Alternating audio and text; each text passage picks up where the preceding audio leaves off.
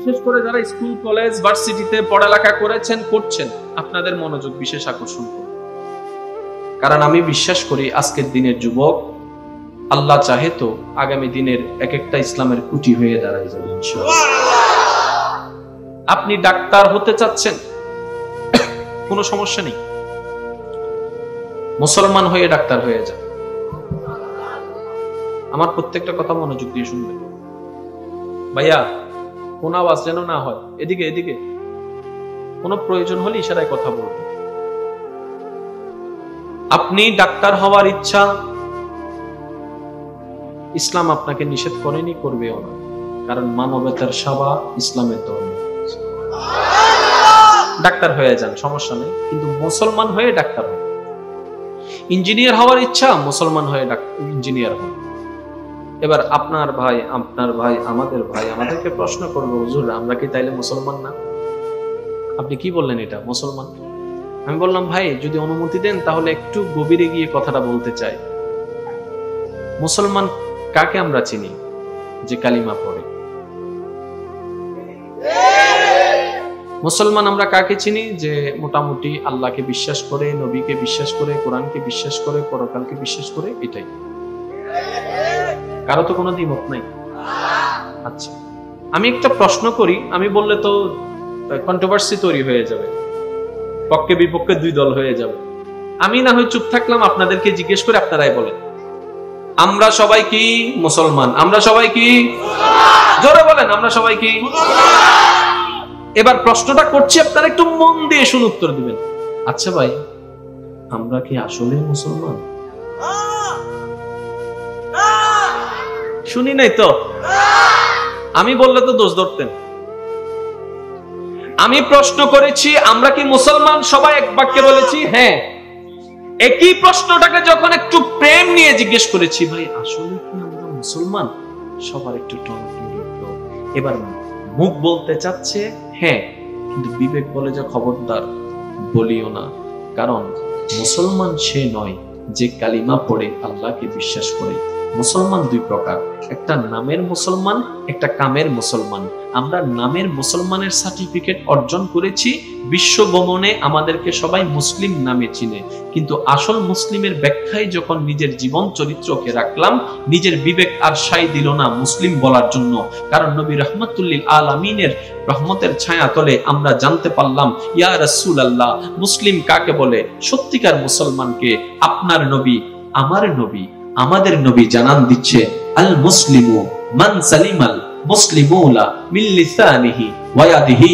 নবী রাহমাতুল লিল আলামিন বলে, ওরে আমার উম্মত জেনে রাখো, সত্যিকার মুসলমান তো সেই ব্যক্তি যার জবান থেকে, যার হাত থেকে অপর মুসলমান, অপর মানুষ নিরাপদ থাকবে, কষ্ট পাবে না, সেই তো সত্যিকার মুসলমান।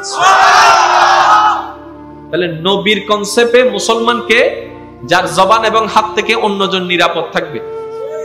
এবার যখন এই হাদিসের ছায়া তলে আমরা নিজেরাই নিজেদেরকে বিবেচনা করতে লাগলাম, তখন উত্তর আসে, বাহিরের মানুষ তো দূরের কথা, এই জবান থেকে তো স্বামীর জবান থেকে তো স্ত্রী নিরাপদ এখনো হতে পারে নাই।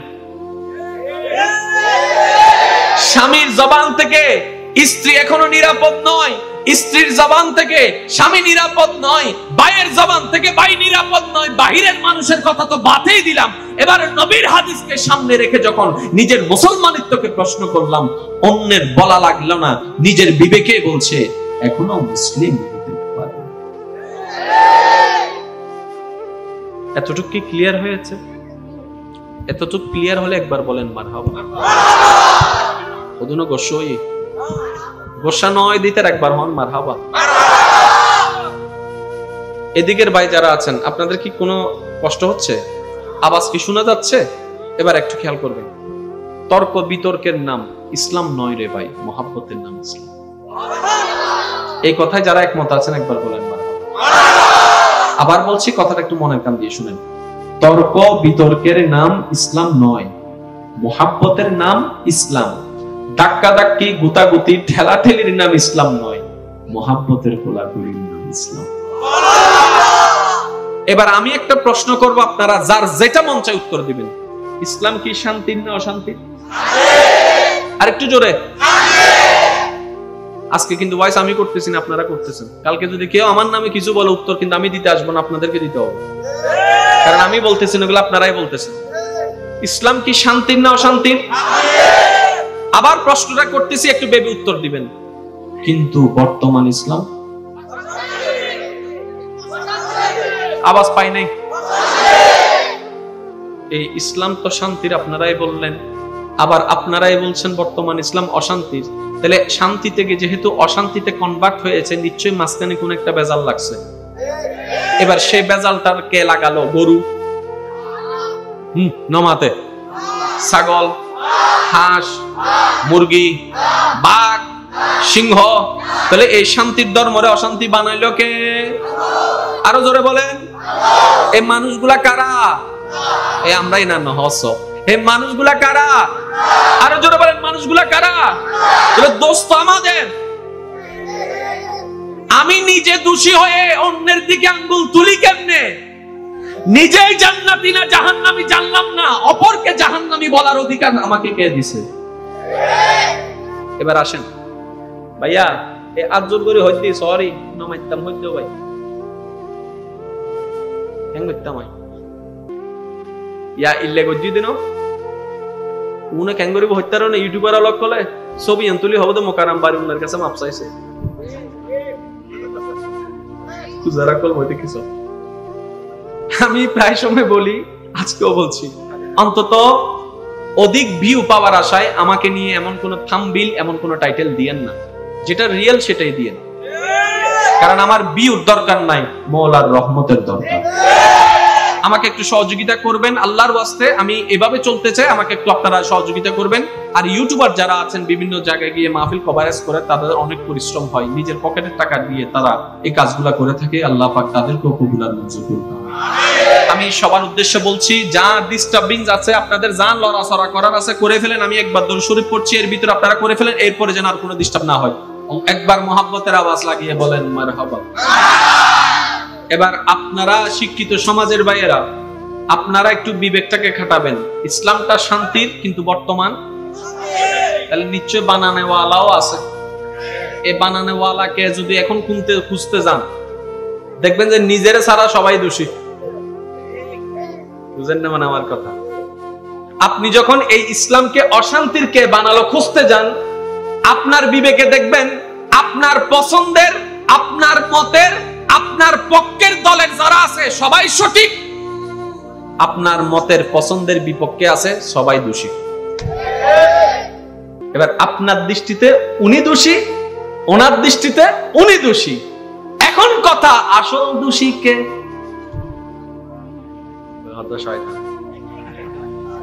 শয়তান হতায় কি যদি তোরা লাগা তাই গেলাম না রে। শুনেন, আমরা কোনো শয়তানকে চিনি নেই। আমি এদিন কি সহ্য করো না, আস্তে আস্তে কথা হইলে আছে না, সহ্য করো, তাড়াতাড়ি করো। কি দে খ্যাং করো সব আয় একখান জ্বালাত আছে মাইলে বীরের কি দে আস্তে ওই তো ঠ্যান ঠ্যান চলিলে আওয়াজ অত খাই পেলি তো নীরব তো সোনা ছোট আওয়াজ বড় লাগে, ঠিক না? আচ্ছা ভাই, আল্লাহর ওয়াস্তে একটু মনোযোগ দিবেন, কারণ সময়টা খুব অল্প, যেতে হবে অনেক দূরে আমাদেরকে, ঠিক আছে? আমি কি কারো পক্ষে বলছি? আপনাদের বিবেকে যেটা বলে সেটা বলেন। কারো পক্ষে বলছি, বিপক্ষে বলছি? তাহলে এই ইসলামকে অশান্তির করার পিছনে আপনিও দায়ী, আমিও দায়ী। কেউ কিন্তু দায়ী মুক্ত নয়। যে যে দলই করেন না কেন, যে যেই মতের বিশ্বাসী হন না কেন, তাহলে এই ইসলামটা সুনামওয়ালা, কলঙ্কিত কর্মেওয়ালা বাহিরের নয়, আমরাই। তাহলে এই আমরার ভিতরে আপনিও আছেন, আমিও আছি, স্বাস্থ্য ভাই আছে, জ্যাক্ত ভাই আছে। তাহলে আপনিও দোষী, আমিও দোষী। কিন্তু বর্তমান দুঃখের বিষয় কি জানেন? সোরে সোরের বিচার করে, সোরে রায় দিচ্ছে তোর ফাঁসি। এখন এই কথা আমি বলছি না, আমি এখন সবার কাছে দোষী, কিন্তু আমার কিচ্ছু যায় আসে না, কারণ আমার জান্নাত দেনেওয়ালা আমার আল্লাহ, আমার বিচার করনেওয়ালা আমার আল্লাহ। হাসরের ময়দানে আমার পক্ষে যদি আল্লাহ তকদিরে রাখে, বলার জন্য কোন একটা যদি সুযোগ হয়, বলবে আমার পক্ষে আপনার পক্ষে নবী রাহমাতুল্লাহ। এই দুইটা জায়গায় ক্লিয়ার থাকলে, বুঝুন না মনে কথা, এই দুইটা জায়গায় ক্লিয়ার থাকলে যারা চাকরি করে তারা বলে যে বস ঠিক তাই লই, আর যারা ঘরত বউ আছি তারা হয়তো বউ ঠিক তাই লই। বাইরে বাঘ ভিতরাই কি মাথার দেশ, বাইরে কি ঘরত আইলে কিয়া মহারানী আছে ইবে ঠিক তাইলে, নলে তো বাদ বন্ধ। আর যদি একবার হয় গোসা করি তোমার গান তুই রাঁধি হবই, নলে তা হামুই, ঠিক না বেঠিক? এটার লাই করার ইবার কেন ঠিক রাখুন পরে না পরে এতালি বেশা হন না জি, আছে না নাই? আরো জোর হন না, আছে না নাই? এই জিনিসটা অন্যায় নয়। স্ত্রীদের প্রতি মহাব্বত দেখানো এটা আমার নবীর সুন্নাত। স্ত্রীদেরকে মায়া করে খাওয়াই দেওয়া এটা আমার নবীর সুন্নাত। মাঝে মধ্যে শত ব্যস্ততার মধ্যে একটু ঘুরতে নিয়ে যাওয়া এটা আমার নবীর সুন্নাত। মাঝে মধ্যে ঘরের উঠানে কিংবা ঘরের ভিতরে স্ত্রীকে নিয়ে একটু খেলাধুলা করা, দৌড়াদৌড়ি করা, এটা নবী রাহমাতুল লিল আলামিনের সুন্নাত। সুবহানাল্লাহ। এগুলাতে কোনো লজ্জা? আরে প্রেম করতে পার্কে যাচ্ছে, লজ্জা নাই? বল ওই ঘুরতে গেলে বলো লজ্জা? অবৈধ সম্পর্কের মধ্যে রেস্টুরেন্টে খেতে গেলে বিলকে বিল মনে হয় না, পারলে ওনার সামনে আরো 10 টাকা টিপ দেয় নে। আর বউকে নিয়ে খাইতে গেলে বলে যে পকেটে টাকা নাই। এটা তো চলবে? করেছি অনেকদিন, ভবিষ্যতে যেন আর না হয়। আল্লাহ যেন আমাদের সবাইকে সুন্নতের ছায়াতলে ফরজকে সামনে রেখে জীবনকে গঠন করার তৌফিক দান করেন। আল্লাহ পাকের দরবারে একটাই ফরিয়াদ, আল্লাহ পাক রব্বুল আলামিন যেন কবুল করেন। এবার শিক্ষিত সমাজের ভাইয়েরা, কিছুক্ষণের জন্য আপনারা সবাই নিউট্রাল হয়ে যান, একটা দলে চলে আসেন। আমি প্রশ্ন করব, আপনারা একটু বুঝে বুঝে উত্তর দিবেন। যেই কোনো বিষয়ে প্রশ্ন যখনই রাখবেন সাথে সাথে দুইটা দল বের হবে। যে কোনো বিষয়ে, আমি এখন প্রমাণ করে দিচ্ছি, বুঝার জন্য বলছি। আর্জেন্টিনা না ব্রাজিল?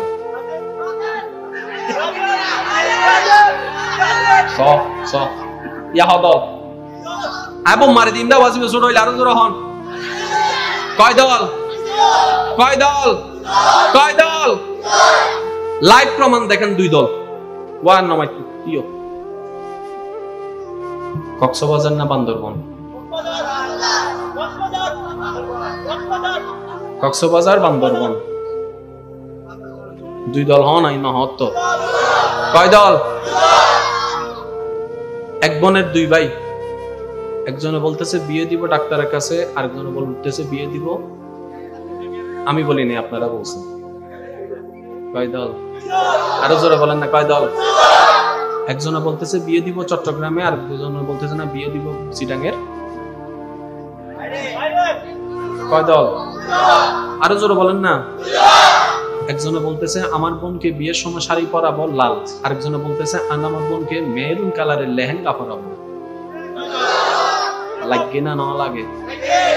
তাহলে আর আঙ্কি ছোড়ো না, তুই আর গান নবী তোর গান কি লই, তুই তাহলে আর গান বুঝাই ছোড়ো না, আর গান আবদার বেশি চলে, তুইও উড়ে যাবো। লাগছে নাকি লাগে নাই? আরেকটু জোরে বলেন, লাগছে কি লাগে নাই? এবার আসেন, সাদা ভাত নাকি বিরিয়ানি? গ্যাস্ট্রিক অলাউন হবে না, সাদা দে। বিয়ে বাড়িতে যাই বলে যে সাদা দে, কিরে হাকু হাসো না? গ্যাস্ট্রিক। কয় দল?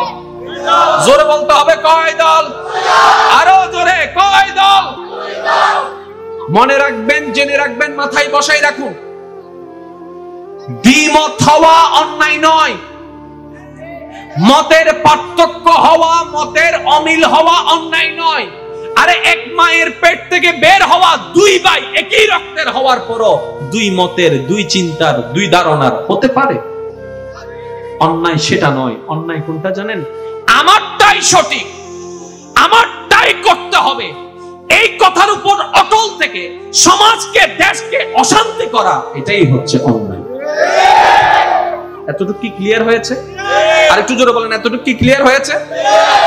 এতক্ষণ পর্যন্ত আপনারা সবাই কয় দল? জোরে বলেন না।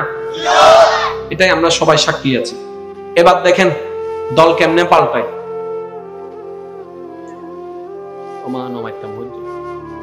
তোমরা বই যাও না, বসেন বসেন। আচ্ছা,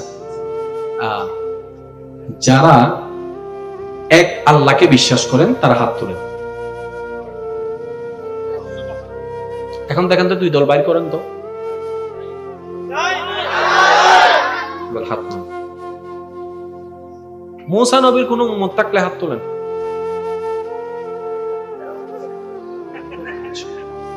হাত উঠে নাই।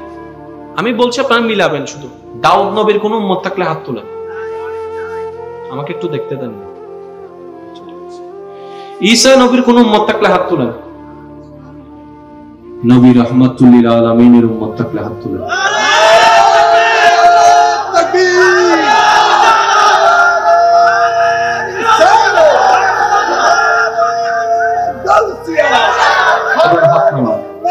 এবার হাত নামা।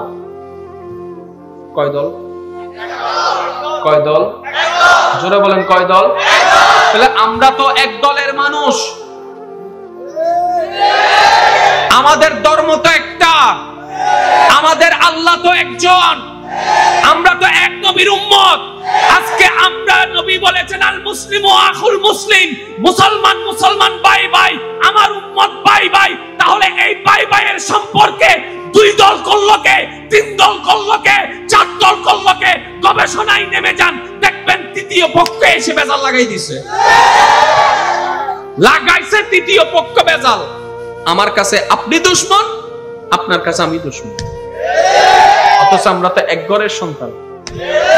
কখনো কি ভাবছি বাবার টাইম নাই, ঝগড়া করতে করতেই তো সময় চলে গেছে। ফেসবুকে ঝগড়া, ইউটিউবে ঝগড়া, পাল্টা পাল্টি ভিডিও ঝগড়া, চা দোকানে ঝগড়া, রাস্তায় যাওয়ার সময় ঝগড়া, এমনকি সবচাইতে নিরাপদ এবং শান্তির জায়গা মসজিদ, আজকে সেই মসজিদের ভিতরেও ঝগড়া। কখনো কি ভাবছেন? এবার আসেন, আমি জানি আমার এই কথার কারণে আমি মামলাও খাইতে পারি। আপনি বলতেছেন না, কারণ আপনাকে চিনে কয়জনে? বুঝেন না মনে কথা? বুঝেন না? আমি বলি, আমি যখন বলবো ফেসটা তো আমার, ভয়েসটা তো আমার, আপনারা তো ঠিক বললে মালা ঠিকই শেষ। বুঝেন না মনে কথা? কিন্তু মামলা হোক আর হামলা হোক বলে যাব। এবার শুধু শিক্ষিত সমাজ, আমি বারবার বলছি, যারা স্কুল কলেজে পড়েছেন পড়ছেন, আপনাদের মনোযোগ। দুই ভাইয়ের মধ্যে ঝগড়া, আপনার এলাকায় যতগুলা ঝগড়া আছে সবগুলোকে আনেন, দেখবেন তৃতীয় পক্ষ আছে। যতগুলা মামলা বাপসাসা যারা ভিতর আছেন আনেন, তৃতীয় পক্ষ আছে। সে তৃতীয় পক্ষ কি করছে জানেন? আপনি তো বুঝেন নাই। অবাজা নমাইতে মধ্যে, নমাইতে মধ্যে, ওই তো নলে তোমার মাতো, নলে আমি মাতি, নলে যাগি। তৃতীয় পক্ষ আছে না নাই? এবার শিক্ষিত সমাজের বাইরা আওয়াজটা দিবেন আপনারা। একটা কথা প্রচলন আছে, স্বামী স্ত্রীর ভিতরে যাই হোক, চার দেওয়ালের ভিতরে কথা কখনো বাইরে যাইতে দেওয়া উচিত। কেন? যদি স্বামী স্ত্রীর ভিতরে তৃতীয় পক্ষ ঢুকে যায়, দুই ভাইয়ের ভিতর যদি তৃতীয় পক্ষ ঢুকে যায়, বন্ধুর ভিতরে যদি তৃতীয় পক্ষ ঢুকে যায়, এই কথায় কারো কোনো দ্বিমত আছে? দ্বিমত আছে? এবার আমি আপনাদেরকে বাস্তব প্রমাণ দিচ্ছি, আপনারা নেন। এগুলো শিখে রাখার দরকার আছে। ওয়াইজ তো অনেক শুনেছেন, এগুলো হওয়ার দরকার। আমার ভাই সকাল 10টা বাজে দোকানে চলে গেছে, আমার বোন ঘরের মধ্যে একা, ফাঁসের বাসের বাবি নো বুঝামান লাগে ফাঁসের